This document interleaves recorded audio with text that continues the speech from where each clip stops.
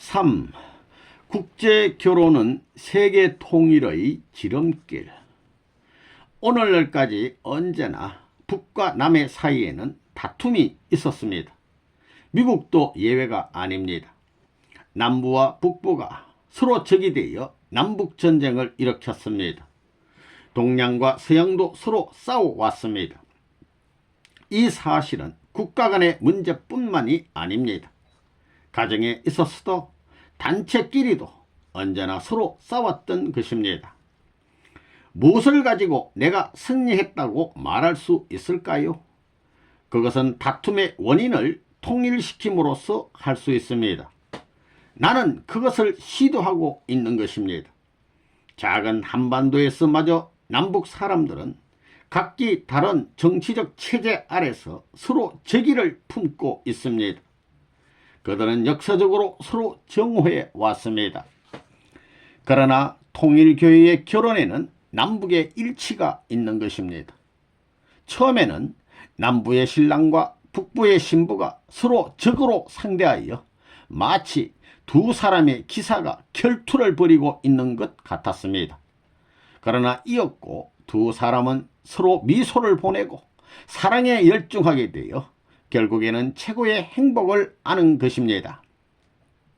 처음에는 이 두 사람이 적과 같은 사이였으니 양가의 가족들은 말할 나위도 없이 원수 같은 사이가 되었습니다. 그러나 그들도 어느 사이인지도 모르게 신랑과 신부의 기쁨에 쌓이고 마는 것입니다. 그리고 한국에서는 이제 수많은 청년들이 이번 합동결혼식은 언제입니까? 저도 참가하고 싶습니다 하고 외부 사람까지도 흥분을 억제하지 못하고 있는 것입니다. 이런 현상은 마치 작은 파도가 해일과 같이 크게 성공하고 있는 것과 마찬가지입니다. 일본도 이와 같습니다. 처음에는 반대했지만 이제는 통일교에서 축복받은 행복한 한 쌍의 부부를 지켜보고 있는 것입니다. 미국도 마찬가지입니다. 나의 일거수일투족을 색안경을 통해 보면서 다음 결혼식은 언제인가, 미국 청년들의 반응은 어떤가 하고 말하고 있습니다. 그러나 언제인가는 이해할 수 있게 될 것입니다. 전 세계의 인종이 하나 되는 가장 빠른 지름길은 국제결혼밖에 없습니다. 두 가지의 전혀 다른 문화권과 환경으로부터 선택된 남녀가 하나님의 사랑에 의해서 사이좋게 하나가 되어야 합니다. 이것이 완전한 조화와 통일인 것입니다. 이와 같은 이상을 실현하는 것이 우리들입니다. 위대한 일을 성취하기 위해 우리들은 거대한 사랑의 힘을 찾아야 합니다. 다만 최고의 사랑의 힘에 의해서만 그와 같은 힘을 발휘하는 것입니다. 사회의 움직임과 환경에 따라서 벌롱될 만한 사랑은 아닙니다. 최고의 사랑만이 국경을 넘고 인종의 경계를 넘고 문화의 경계를 넘고 지식의 경계를 넘는 것입니다. 앞으로 어떻게 세계를 하나로 통일시킬 것인가, 또 심정교류의 터전을 어떻게 마련할 것이냐, 이것이 문제입니다. 그래서 선생님은 앞으로 일본의 총각 처녀들을 한국 사람과 국제결혼시키려고 합니다. 이것은 하나님이 원하시는 것입니다. 한국의 테두리 내에서 꼬부리고 앉아있는 그런 사람을 하나님은 원하시지 않습니다. 하나님은 당신의 이념권 내에서 모든 것이 이루어지길 원하십니다. 공산주의의 여자들은 노동자들과 결혼하는 것이 그들의 최고 희망입니다. 그러나 통일교의 아가씨들은 그 이상이 되어야 합니다.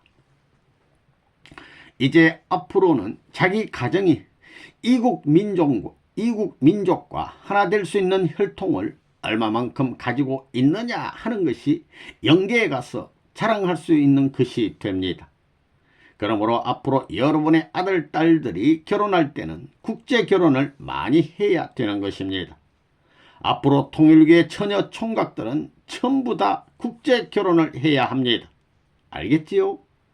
이제부터 서서히 시작하는 것입니다. 남자나 여자나 태어났으면 한번 해볼 만한 것입니다. 4. 동양과 서양의 결속이 필요. 나는 미국에서 여러 가지를 체험하였습니다. 미국 사람들은 오랫동안 같이 신앙생활을 하며 열심히 일해온 사람이라도 떠나갈 때는 인사도 없이 설며시 사라져 버립니다. 또 동양 사람과 다른 점은 나간 사람이 다시 교회로 돌아오는 일이 적다는 것입니다. 동양 사람은 그렇지 않습니다. 떠날 때는 분명히 자기의 의사를 밝히며 나갔다가도 돌아오는 사람이 많습니다. 그것은 교육 제도의 차이에서 오는 결과적인 현상이라고 생각됩니다. 미국 사람들은 승리 노정이 깊어질수록 더 엄격한 훈련을 하지 않으면 안 되겠다는 생각을 갖게 합니다. 미국인은 자기를 중심으로 해서 자유주의를 주장하고 있습니다. 모두 각기 자기를 주장하고 있으므로 뒤죽박죽입니다. 동양 사상은 그렇지 않습니다. 모두가 중심을 존중하고 자기는 대상적인 입장에 섭니다. 미국과 같은 교육의 방식은 개척 시대에는 좋겠지만 통일된 시대에는 문제가 있다고 생각됩니다. 지금은 세계 개척 시대는 지나가 버렸습니다. 지금은 어떻게 하나가 될 것인가 하는 것이 문제가 되는 시대로 접어들고 있는 것입니다. 이런 관점에서 보면 통일 사상은 오늘날 서양 문명권에서 절대적으로 필요시되는 것이라고 생각합니다. 우리가 이렇게 서로 하나 되어 나라를 움직이고 세계를 움직여 나가고 있다는 것은 매우 훌륭한 일입니다. 동양인은 순진하고 순수한 면이 있어서 잘 변하지 않습니다. 반면에 미국인은 아주 이랬다 저랬다 합니다. 그런 관점에서 미국 청년들은 동양을 그리워하게 되었습니다. 동양인은 미국의 여자들이 날이면 날마다 변한다고 생각하고 있습니다. 사실 그런 면이 있습니다. 미국은 이혼율이 높습니다. 남자보다도 여자가 원해서 이혼을 하는 경우가 더 많습니다. 동양은 그 반대입니다. 그러므로 이것을 서로 바꾸면 이상적이 되지 않겠어요? 전혀 반대이니까 말입니다. 동양에서는 오른손을 주로 사용합니다. 왼손은 별로 사용하지 않습니다. 그러나 서양에서는 왼손을 주로 사용합니다. 오른손은 별로 사용하지 않습니다. 이것은 확실히 구별이 됩니다. 또 동양인은 음식을 먹을 때 조용히 하며 이야기를 안 합니다. 그러나 서양인은 서로 다 같이 이야기를 나누며 식사를 합니다. 그것은 아주 정반대입니다.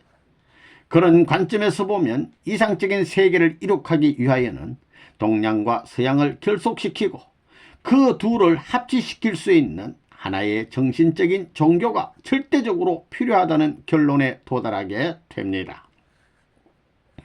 하나님은 공평하십니다. 미국은 하나님의 축복에 의해 물질 문명을 꽃피운 대표적인 나라가 되었습니다. 그러므로 외적인 기준으로부터 내적인 기준으로 급격하게 변화되기는 어렵습니다. 반면에 동양에서는 물질적인 면보다도 정신적인 면을 존중합니다. 서양은 외적으로는 축복을 받았으나 내적인 기준에 있어서는 부족합니다. 반면에 동양은 내적으로는 축복을 받았으나 외적 기준에 있어서는 부족합니다. 하나님은 이토록 공평하신 분입니다. 앞으로 3년 내지 7년이 지나면 대충 균형이 잡혀 나갈 것이라고 생각합니다. 미국의 통일교회 청년들은 상당히 변했습니다.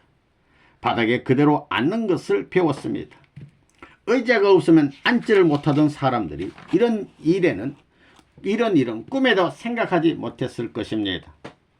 종교를 중심으로 정신면을 중요시하면 물질적인 조건을 박차버립니다. 동양은 정신문화를 중요시해서 모두가 외적 기준을 박차버렸습니다. 그것을 서양 사람들이 주워 모았습니다. 미국을 비롯하여 서양의 많은 나라들이 외적으로 잘 살게 된 것은 동양의 물질적 조건을 모두 원조받아 서양 문명을 발전시켰기 때문입니다. 그러나 그것이 한계에 도달하고 있습니다.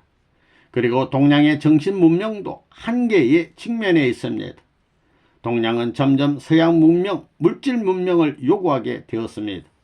서양은 또한 동양 문명, 정신 문명을 요구하게 되어 이것들이 서로 교체되는 것 같은 시점에 서 있습니다. 바로 수소작용을 하고 있는 것입니다. 이상세계가 된다면 서양인이 동양에 가서 살든지 동양인이 서양에 가서 살든지 간에 이것은 무리가 없도록 돌아가야 합니다. 그렇게 되자면 생활 기준, 사상 기준, 목적 기준이 일치되지 않으면 안 됩니다. 동양의 풍조를 보면 얼마 전까지만 해도 미국에 가서 공부하면 된다고 하는 것이 지배적인 생각이었습니다. 그러나 지금은 그렇지 않습니다. 미국에 가서 공부를 하면 사람이 나빠진다, 아무것도 안 된다고 생각합니다. 미국의 많은 젊은이들이 히피의 부류가 된 것으로 알고 있습니다. 그 반면 미국 사람들은 먹는 것, 마시는 것, 사는 것 등 외적인 삶의 경험은 안 해본 것이 없습니다. 그 결과 지금은 모든 외적 기준을 버리고 원시 인간으로 돌아가자고 주장하는 소리가 들립니다. 이와 같이 무엇인가 정신적인 면을 갈구하다 보니 동양에 대한 관심은 날로 높아지고 있습니다.